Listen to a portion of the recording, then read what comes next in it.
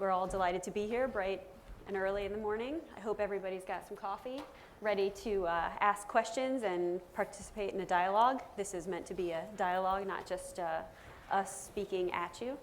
We convened last week in a phone call and talked through some of the topics on CMC, excuse me, for viral and non-viral gene therapies, and we recognize and appreciate that we could really talk about this all day. There's so much material, but we've chosen some topics that we think are most pressing for the field right now, and so we're going to get started with introductions. The panel's going to each introduce themselves so that we can all get a feel for the expertise that we have in the room, which is quite extensive, and then we'll dive into some of the topics. So, go ahead. Hi, yes, so I'm Chris Mason, I'm CSO and founder of AVROBIO. We are an ex vivo gene therapy company, so we have all the components we need to make plasmids, vector, and cells. We started in 2015. We focused on lysosomal storage diseases. We're in phase 2 clinical trial for Fabry, based in Cambridge, and we're around about 60 people now. Steve. Hi everyone, good morning. My name's Steve Howe. I work at GSK. It's actually my 3rd anniversary this week of being with the company. So I moved there from academia. Really my background is using lentiviruses and ex vivo gene therapy, which is what GSK has been developing as a third modality to work alongside small molecules and the biopharms.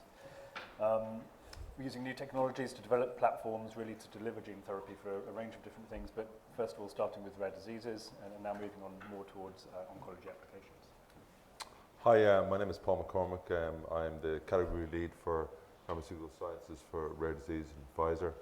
I'm based in New Jersey, and I have a sort of a responsibility for, representing CMC and manufacturing to our Rare Disease Research Unit and Business Unit. So we have a number of assets in gene therapy and development in our Rare Disease Unit, covering a range of diseases. I think we've 3 in the clinic right now. So.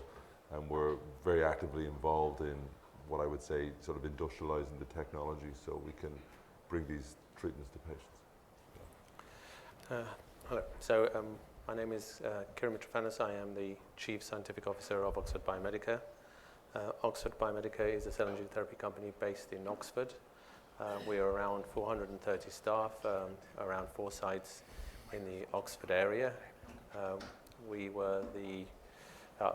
been developing lentiviral vectors for 20 years, and we were the first to develop a manufacturing process that was suitable for direct administration of vector into patients. So making enough vector to the right quantity to be able to administer it directly into patients. We have now treated over 300 patients in our own clinical trials and clinical trials with our partners, and the vectors have been safe and well tolerated. We have developed our own products in ocular disease and also in Parkinson's disease, and we have also a number of partnerships with companies such as Novartis, Orchard Therapeutics, Biotherapeutic, Immune Design, and more recently with Boehringer Ingelheim to help them with their lentiviral vector manufacturing. And we were very proud to be part of the Kymriah filing and the first successful lentiviral-based therapy. Oxford BioMedica is the first and only commercial supplier of lentiviral vectors. Thank you. And I'm Jessica Carmen. I'm the Director for Business Development and Strategic Marketing for MaxCyte. MaxCyte has a technology for the non-viral delivery of genes into cells, and MaxCyte also has therapeutic programs too.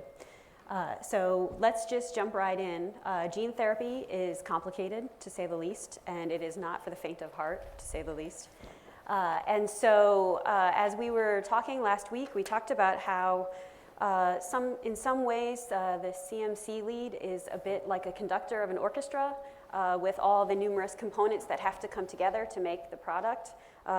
In some cases, there can be a viral vector, there can be nucleic acid, there can be cells, there can be therapeutic proteins. Oftentimes, these different components are all manufactured at unique manufacturing sites, and all of these components need to come together at the right time in order for the product to come together and to make the timelines and the investor demands. And so this presents some very unique challenges for developers. And how do you bring those all together? How do you keep them all on the timeline? What happens if one component slips and you have your manufacturing slot that you've been waiting 2 years for with one of your other ones? I'm sure you all are familiar with this concept. Probably a lot of you are living it.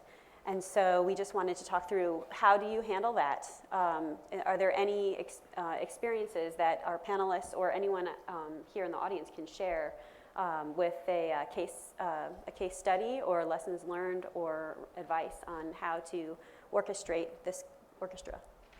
Yeah, I think you always need excess capacity. You clearly need, this is the AVRO approach, we've gone for multiple CMOs for our plasmids, for our vectors, for our cells. So all the time you've got capacity to do whatever you need. And if you do lose something, then you can go to plan B. So you've always got what you need to be able to deliver both for your animal studies and for clinical studies. I think that's absolutely essential. Mm-hmm. I agree. I mean, it's a fantastically complicated thing to do, to have that supply chain in place and to have it robust enough that we can always deliver that medicine. I wonder if there's opportunities here, either as a whole field or as individual companies. I think as a whole field we might be able to simplify things, and I think that's what we should try and do as far as possible. There may be opportunities to perhaps share data, or perhaps when it comes to auditing sites, maybe there can be a universal audit that we don't have to burden companies with too much, and that one audit will do rather than having several for every company. As a company, we're trying to simplify our supply chain as far as possible. So for things like vector manufacture, instead of using the traditional transient approach to producing vector, we've developed a stable cell line. So this approach will really simplify a lot of the aspects of having to source plasmid, find CMOs to make that vector, and really try and take out some of the complexity within that supply chain. Yeah, I think it's always, sometimes you inherit a supply chain based on where the product is in clinical development, and it's sometimes you got to take what you got because you're already in the clinic, and I think we talked about this. These therapies are moving fast, much faster than traditional. I think we're looking at 5 to 7 years from first in human to potential submission.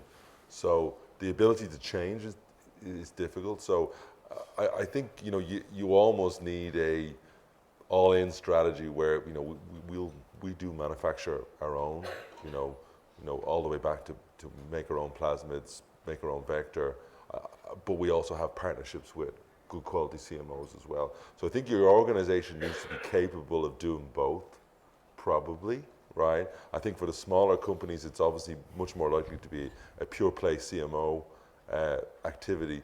But at the same time, you still need the development to, the capability to be what I would call an intelligent purchaser, right? So you're not just out at, Home Depot. You're essentially, you need to be able to make intelligent decisions in terms of choosing CMOs, choosing partners, choosing, the parts of your supply chain. And I think you can only do that if you have the people inside your organization that are capable of, have the experience and are capable of doing that. So.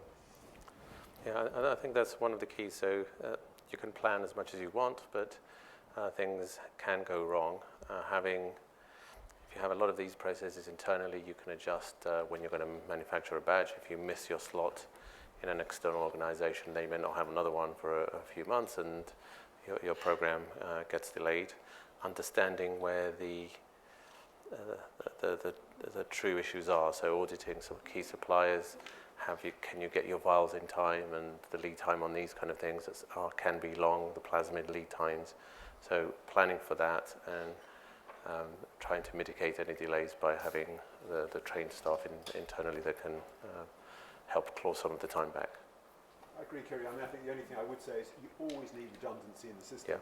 Yeah. I think that's the big lesson, is that if you haven't got that and you do have a glitch, then you've got nowhere to go. You're right, you're delayed. But if you've got that redundancy, I think that's the key. I think really we as a sector need to start really helping manufacturers enter the space. I think we would all agree that at this moment the CMOs, the actual supply is not keeping up with the demand from all the companies. In fact, if you're a little company now and you even want to get in the space, you may not even get a CMO to accept you. I mean, that is the problem. Yeah. And it's like 1 to 2 years wait is the sort of average wait almost at the moment.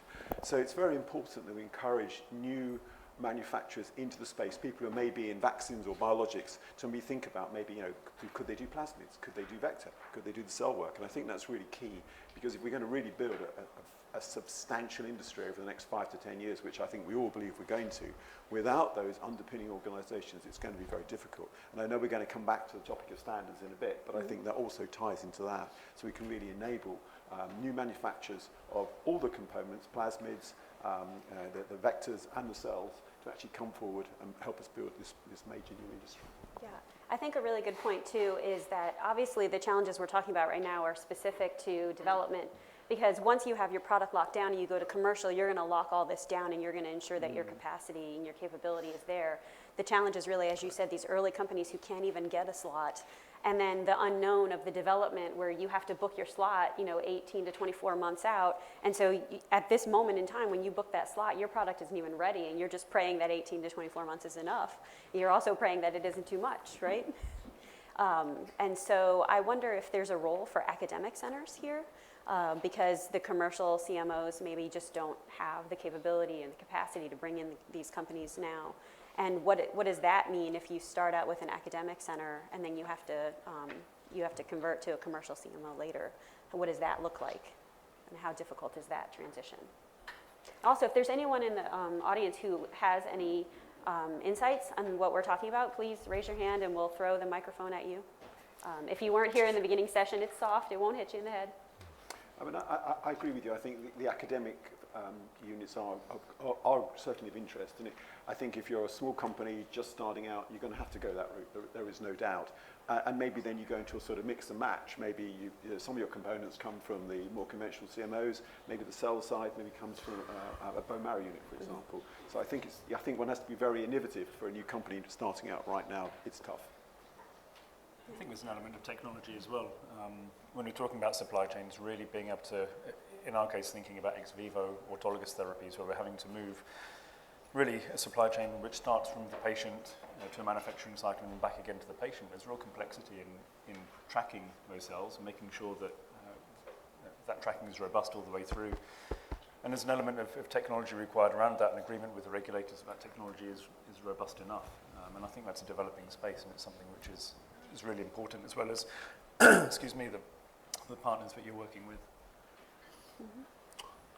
I think it's important in this space that to recognize that a lot of the early disruptions really came out of these academic centers, right? In terms of moving from adenovirus based to AAV, they picked up the mantle, right, for a period of time while the rest of us weren't involved. So it's and there still is a real space for moving products really quickly, and I think that they've provided that ability inside this system, right?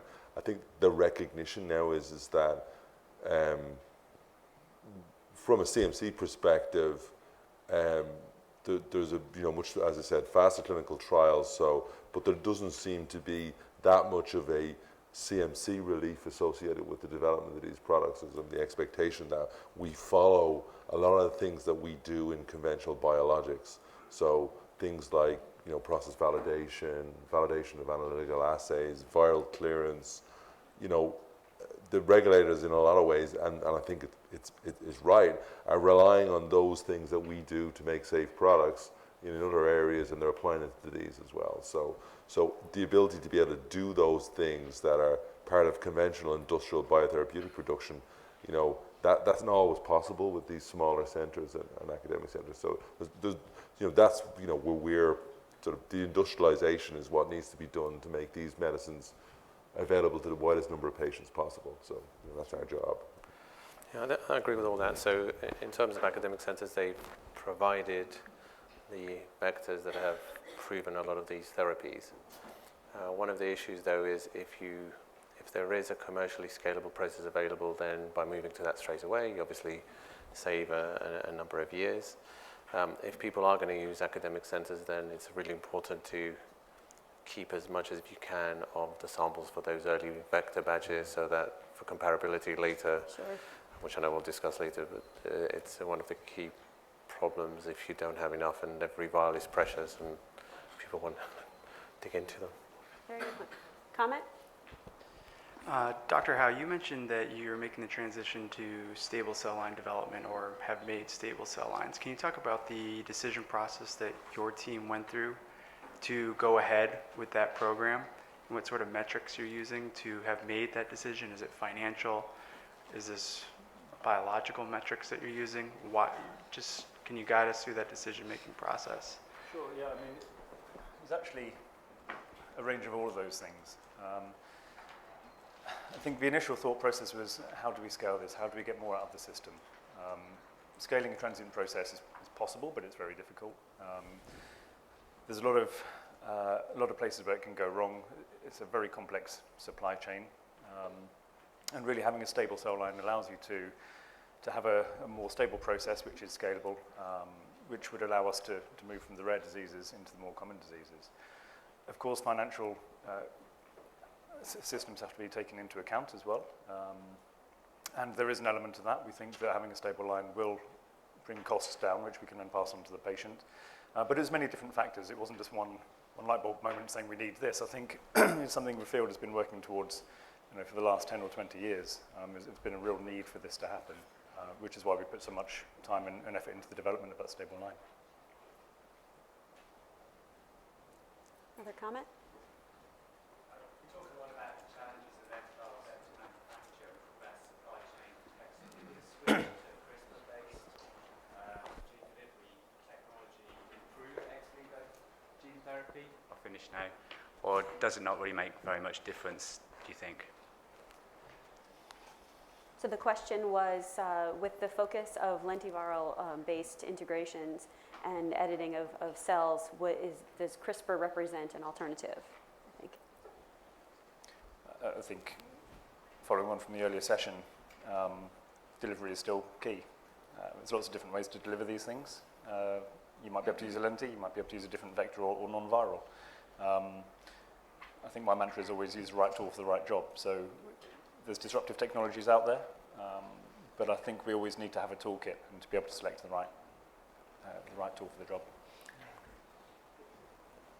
Any other comments? Any other? Okay. Yeah, I would agree with that. So in some instances you want to use a lenti to deliver, and sometimes you want to use CRISPR. So if you're multiple components you want to deliver, then you may want to combine the two. So it depends on what you're trying to achieve. I mean, back, I used to be involved in siRNA manufacture, and the reality is that nucleic acids aren't very good drugs, right? In terms of getting them into something, right?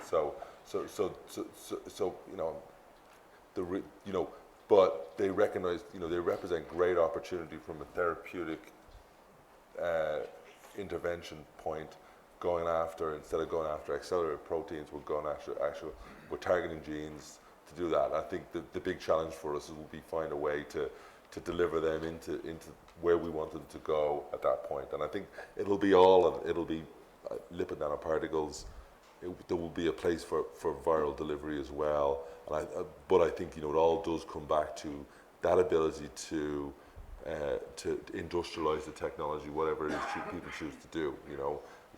If we can't do that and make it scalable and get to a point where we can get a label and call it a medicine, I think we'll have failed. So I think that that's the challenge we all have in front of us. I think just not moving to the new technology, but I think it's that, how do you industrialize this? Sure. I'm wondering if the question is coming from the paper that came out this summer from UCSF, where they demonstrated the delivery of a CAR molecule on CRISPR. So demonstrating a fully non-viral approach to developing CARs. And I would say that I think that's very interesting, exciting. I'm curious to see where that goes. I think we all are. But I also think that there's been a big mashup in the field, I would say, of, I think I tended to look at the market as you've got the CAR technologies, you've got the CRISPR technologies, and now you're starting to see that one is completely coming together and eclipsing. But you're also seeing viral delivery of CARs combined with non-viral delivery of CRISPR. So you're having, modulating the target, and then you're also having other gene edits associated. And I think that this is going to be a really exciting area the field's going to move forward to. It's fertile ground for IP, which is also nice for everyone to build their own picket fence and differentiate. And this sort of leads into the next topic that we wanted to talk about is what happens when technologies are emerging as you're in the middle of your 18 to 24 month development horizon. Should you keep your head down and focus, or should you look up and see what's coming and make adjustments? And if you do want to make adjustments and incorporate those emerging technologies, how do you do it? What makes sense? And when? At what point is your lead candidate too late to incorporate a change and you have to think about Gen 2? And at what point do you actually say, no, actually, I think I'd like to make that change right now? Yeah, the field has historically done this sort of iterative process, constantly changing all the way, and I think Bluebird are the masters of it and have done exceptionally well at doing this and working with the regulator. I think it's also a very good question because the RMAT regulations allow us now to move to the clinic very quickly for indications which are of a serious unmet medical need, but at the same time you need to have your CMC sorted out before you start. And so there's a real drive to get that done, so you could do a sort of one study, go to a filing at that point. So it may well be this space divides a little bit into people who've got a rare indication where they want to go run quickly, one study, CMC started beforehand, sorted beforehand, and then maybe people who are going for big indications like Steve spoke about, where probably the iterative process is going to remain for quite a while. And Steve? Yeah, I think there's several things there.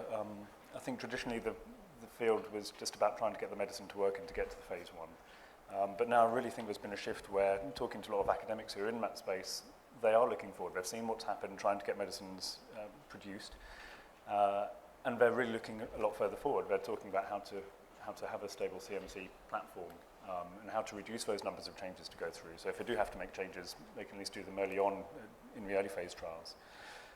So I think that's a really good way of thinking. And it's easy to say lock your process as early as you can, but at least people are thinking about that now and really have that in mind. I think also this goes back to the question earlier about why the stable cell line. If you can really have that platform available, or any platform available, so that you don't have to make changes as you go through. So perhaps you are doing things at risk earlier on. You're doing things more complex than you need to. Perhaps you're using GMP materials when you don't necessarily have to for preclinical testing and onwards. Then it reduces some of that variability as you go through. But there's always going to be changes. And there's that balance of actually getting your medicine to the clinical trial, but always looking forward and what's next. I think at some point you have to draw the line and just get to clinic. Yeah, I think that the concept of platform is important, and you've enough medicines in development using similar based manufacturing approaches and similar manufacturing sites or CMOs to make that will drive efficiencies, but at the same time also will make things more predictable, right? But we can't always get there. So I think it's that balance of what's more important, getting a clinical sign of efficacy versus having the best, most scalable manufacturing process. And it's kind of sort of somewhere in between, but generally clinical data trumps all, right? So I think for small or large companies, that ability that your medicine is doing what it needs to do, and in some ways we can usually manage through the changes, right? I think if you've got the right people, but it's that if you've more platform going in, I think it helps. But we can still do a lot in terms of managing. If it's a medicine that's going to work, I think we'll work out a way. So. Yeah, that's exactly right. So in terms of getting what you want to see as quickly as possible is your clinical data. Where are you on the spectrum? Are you making 100% of what you need, or are you making 0.1% of what you need? And there's no substitute for that, but getting the clinical data. And I think the regulatory authorities, from the way that we've interacted with them, seem to understand that and have that flexibility if you want to make changes, either during a clinical trial by providing the evidence in terms of changing route of administration, for example, or changing some other aspect. So there is that flexibility there. But having that clinical data to guide how much more improvement you will need in your manufacturing or your technology, there's no substitute for that. Sure. Any comments? Okay. Probably just add, obviously, cost does play a role there. Yeah. Not all small companies or academics will have access to a platform. They won't have the time or the funds to actually put that in place. And the cost of perhaps having higher quality materials and trying to look ahead to actual final market authorization is not just possible at the preclinical stage moving into phase 1. So again, there has to be a balance. This is another challenge we talked about as well, is how do you know when you need GMP grade excuse me, materials. And it's sort of the Trailblazers Dilemma that, you know, the first one or the first few that go, it's hard to imagine that the FDA is going to, you know, request a lower grade later. But if you go too high, what are the, you know, what does that mean for your product as well as the rest of the field, right? And so are there any thoughts on that? You know, we specifically had talked about the need for GMP grade plasmids as it relates to viral vector production. But there's certainly many aspects of the supply chain where we could talk about whether or not GMP grade is required. If you have any thoughts you want to share. Yeah, so as far as we understand, there isn't an absolute requirement in most countries for GMP quality plasmid if you're going to use that to manufacture a lentiviral vector, for example.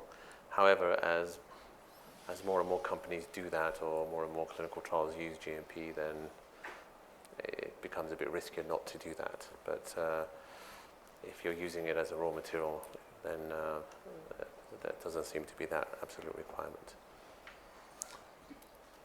I think it's, you know, it's, you know, people throw around the terms GMP. I mean, the piece for me is you know, the level of control associated with the manufacture of your raw materials, the potential for, especially if it's a multi-product facility making lots of plasmids, for instance, whether there's a risk associated with cross-contamination. So it's almost important that if someone says they're GMP but they don't have good controls in place, whereas someone's saying I'm following ISO but they've got good quality controls in place. So it's almost that understanding of how are they making the product, and you know, what's my assurance that there was a level of control applied to that, right? So we'll use the GMP terminology to try and tie that on it, but I think it's more about you really need to understand what your suppliers are doing. You need to have visited it. You need to be confident in the control strategies they apply for those starting materials that you're using, right? And if you want to call them, using from a regulatory perspective, a regulatory starting material, the point at which your GMPs start, right? So does that, you know, it's that link of the authorities being comfortable with how we manage our supply chains that we file ultimately will be important. And you know, if people are taking shortcuts or things like that, it will be bad for us all, you know. Sure. In terms of your GMP will have to reach back, right? And then that becomes problematic in terms of what you have to put in your original filing and things like that. So. Of course. I think there's an element of capacity as well. Yeah. When we, as a company, think about GMP requirements for plasmid, I'm going to sound like a broken record, but going back to our the stable cell line, that was really a factor. To make vector, you need an awful lot of GMP plasmid, and there's several stages to that, going from phase 1, making those banks of the plasmid. Really, by taking our approach, we can simplify that, and I think if you can do that across any point, so in our circumstance, we don't have to use GMP plasmid because it's right at the beginning of the cell line development, and we can risk assess that throughout. So if there are opportunities to do that, and I'd always say look out for them and really apply them where you can. Yeah, I mean, I think it's really about planning ahead, making sure you've got good supply. I mean, that's what you're saying. It is very hard to get your plasmid. You know, GMP plasmid takes, 3-4 months to get by the time you've got your certificate analysis and everything with it. And if you haven't planned ahead, you're not going to get the best quality material. So I think that's very important as well. Thought you might have something to say. Funny that. I think one of the things interesting people look at is, you mentioned cell bank. You're starting out with a GMP cell bank, and then maybe not for the early trials, not making full GMP plasmids, but GMP source, what you would call it. Then Mike is coming. Is making these initial cell banks GMP, because then when you move to GMP plasmid, you don't have to remake that cell bank. You've got that consistency throughout, and the cost and time difference from a GMP cell bank versus a GMP source cell bank is not as significant as the plasmid production. So that's something I think people have looked at and can think about. I also think it depends on what you're in. I mean, if you're in AAV, it's a different story to ex vivo gene therapy. I mean, with AAV, you're obviously putting that, the vector straight into the patient, whereas with the ex vivo, like the lentites, you're basically making the vector, and then you're putting that into the cells, and then you've got a chance to freeze those down and fully characterize them before they go into the patient. So there's an additional step or additional safeguard in that respect. No, I think that's a great point. Proximity to the patient is a big consideration.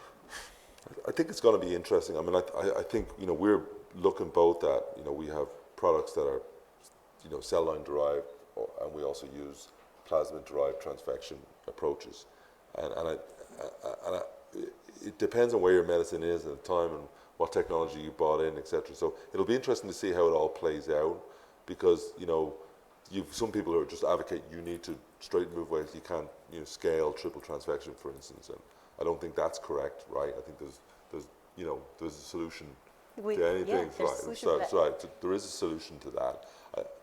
It'll be interesting to see how it plays out. I mean, but I do agree that if you're looking at it from biotherapeutic development perspective, you hardwire the genetic information into the cell line and you make the product. That's how we do monoclonal antibodies. But that makes sense. I'm not sure it's going to play out that way here. We'll see what happens. It will depend. I think it'll be a combination of both. Is my sense. It depends on the size of the indication. If you've got a very big indication, you've got no choice. I think for the majority of the ex vivo gene therapies out there at the moment, the transit system is going to work very, very well. I was thinking about what you've mentioned the monoclonal antibodies a couple of times, and in our call last week, I think you were the one to say, some of the challenges we're facing now sound awfully familiar to what the challenges that were faced in the 90s. Biologics was in the position that we are right now. So what other lessons can we learn from biologics, who has trailblazed for cell and gene therapies? Or what should we maybe be thinking about to remember the path that they already blazed for us?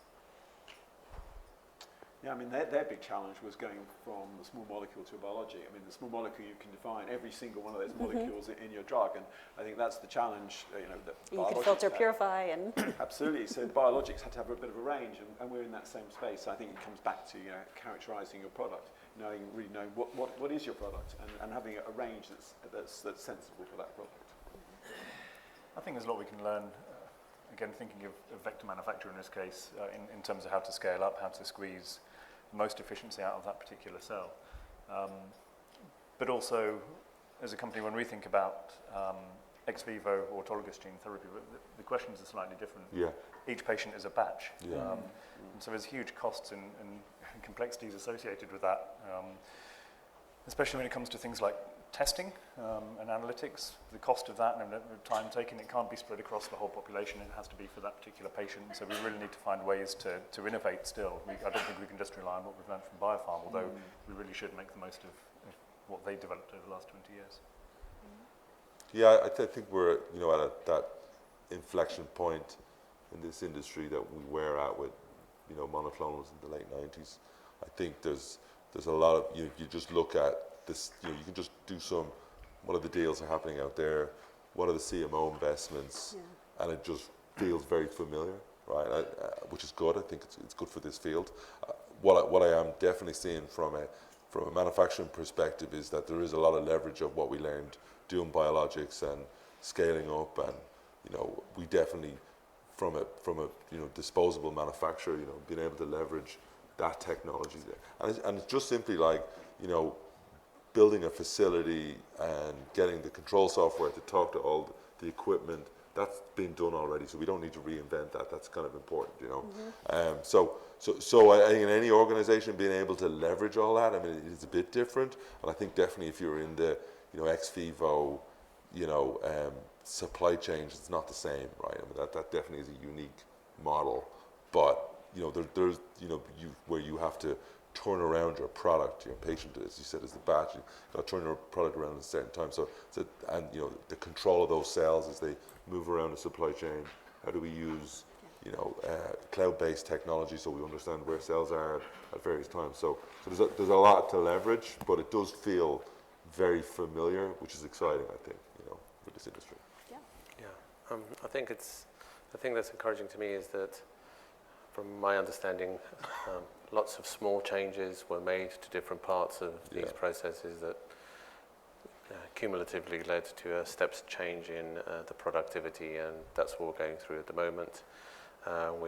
We've gone from an adherent to a suspension process, and we've seen a big increase in terms of productivity and producer cell lines, and the next step, and other refinements. So if we think about treating the bigger indications, making larger amounts of vector, the higher quality, we need to step up the productivity and the purity, and we can learn from those past experiences. Yeah, I mean, Paul, I just want to pick up. I mean, I think you're right. I mean, it is all about, the cell component is the challenge, but I think we've also got tools now that are appearing that are very bespoke for us. I mean, things like the Miltenyi Prodigy, for example, a very self-contained system where you could imagine lots of different patients' products being produced in the same room. Now, that's something that biologists could never do. Yeah. So I think we've got innovation coming on. I think there are specific tools that are now being built for us as we develop as an industry, and I think that's going to help us no end. And I think there's always going to be change. I mean, Jonathan raised, potential disruptive technologies. We all use lentivirus, and we're sitting here talking about it. Maybe viruses won't be needed in the future. So, as well as just looking at biofarms, it's what's new out there, what can we apply, how can we change this, and again, how can we simplify it? Any comments? So that leads nicely into the next topic we were going to talk about, which was the need for standards in the field. So how do we simplify and leverage across the industry?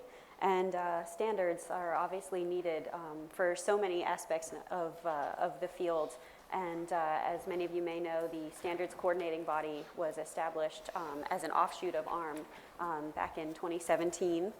And the initial projects for the Standards Coordinating Body had focused on cell characterization methods for cell-based products and rapid microbial methods for fresh products, for how to release those products quickly, and also ideally for cryopreserved products too, to not have to wait for compendial methods. And so when we spoke about this panel, we talked about how it's not just reference standards that are needed. There's also standard protocols that are needed, and we talked about RCL, RCA protocols. And then also standardizing across the amount of DNA that's used, or how to measure DNA. So we talk a little bit about which type of standard would really bring you less pain, would make your life easier in your day-to-day life, and then maybe open it up and see if anyone has other thoughts about standards that they'd like to see. You don't have to go in order, by the way. Yeah, I mean, as you know, I'm a big fan of standards. Have been cell and gene therapy, probably now for 10, 15 years, and that's the only way we're ever going to move forward. I think you're right. There are a number of areas where we could do with standards, because I think it would help the regulators to understand some of our data as well. Mm-hmm. And I mean, there is a sort of lentiviral group out there now. We're looking at different standards to how to improve or get consistency. I think we've all got good standards, right, but the thing is that they're not interchangeable. I mean, what if I compare my data to Steve's? It would be hard to interpret possibly. And I think we move forward better if we had some definitions. And I think that's what we need, but that only comes by companies actually working together. And I would say, on the whole, companies do want to do that in the space. Pretty competitive, I think it helps all of us. Mm-hmm. Yeah, I agree. It gets the correct information out there for the regulators, for the patients, so we can really see how these medicines work, and it keeps us honest between the different companies about the quality of our medicines.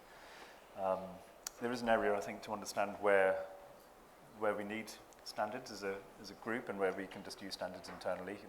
What's pre-competitive, and I think the bioburden and the really understanding, not sterility, but how to test for contamination is a really important one that I think everyone has to reach. Yeah, I think using the concept of standards more broadly in terms of standards on how we do assessments of quality attributes, how we do characterization for comparability. If we get some common agreement in the industry of how we describe these products and how we characterize them, I think it will make it better for everybody. And that's, that I think that's pretty competitive. That's, I also think, on the analytical methods, I think it's going to be important to get some alignment on, as how we look at these products. So, and how we do risk assessments, I think, the good opportunities there. I think it'd be useful to understand the impurities across different products. So a person doing a clinical trial for product A, how much impurity of A, B, C has been put into that patient. There's been no safety issues. Therefore, that if you had a standard that you could measure that against, then we can better get an understanding of some of the threshold and safety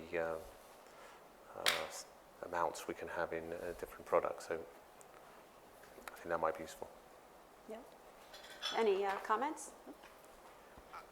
I mean, can you guys envision, or folks envision a certificate of analysis for, let's call it a viral vector or something, where host cell protein, and we know this is the method and this is the allowed value, the spec across everything? Is that achievable, or is that too hard? Just as an example, you talk about these, I think that's what we should strive for, but yeah, in some instances, those assays are not readily available or not useful for everyone. But that's what we should aspire to. Yeah, I mean, common ones are things like, if you're using a CMO, when they give you a viral titer, what does it mean?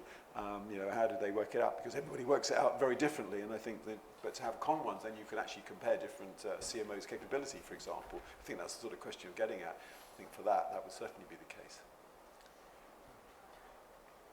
Yeah, sometimes it's not having the standard in place, it's actually having the analytical tools as well. Yeah. And that takes time and money to invest and to produce those. And equally, I think if you talk to 10 different companies, they'll want 10 different things. And so there's really an opportunity here to get people together.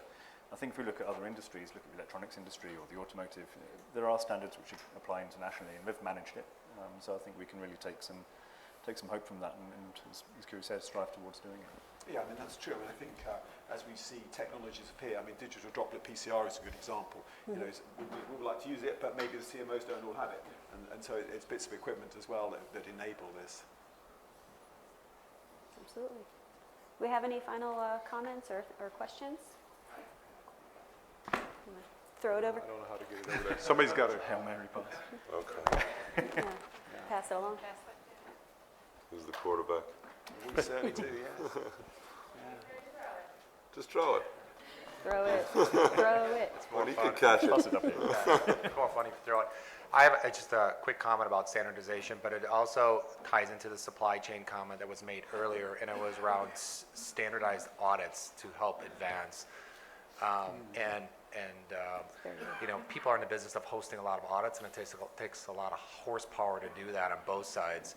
Is there a universal agency that is involved in standardizing audits in the cell and gene therapy or gene editing area that CMOs could work with to help it, speed up basically the process and help even smaller companies? We've had interest from smaller organizations or translational medicine type, university type people that are trying to do clinical development, but they don't have the QA horsepower to do that, and have asked us for universal audits. So anyways, I don't know if you guys had any comments on that. Let's leave it at that. I think people are taking steps towards it. So if you think about the cellular space, there's groups like FACT, I think Be The Match, they're here as well. They're really trying to define this and standardize it across the groups. I don't think we're quite there yet, but there's definitely people moving towards trying to put that in place. And I think the more we can encourage that, the better. Absolutely. I suppose I'd be slightly, I used to work in the CMO space, so I feel your pain, right? Spending a lot, it was at a point at which you're hosting every client, small or large, will be doing quality audits, and it consumes a lot of organizational time. So I agree. I think then sitting on the other side from a sponsor's perspective, and especially the larger companies, it's pretty difficult for us from a corporate responsibility to outsource quality audits to a third party. I think there's maybe there's a place there for the smaller companies that they could use a service like that. I think it's going to be difficult. So, but I mean, I get the question. I think, you know. I agree with all that. All right, well, perfect. Laura is drawing nearer, which I think means we're toward the end of our time. So thank you, everyone, for the very robust discussion. Thank you to the panelists. Thank you. Good. Nice to meet you guys. Yeah.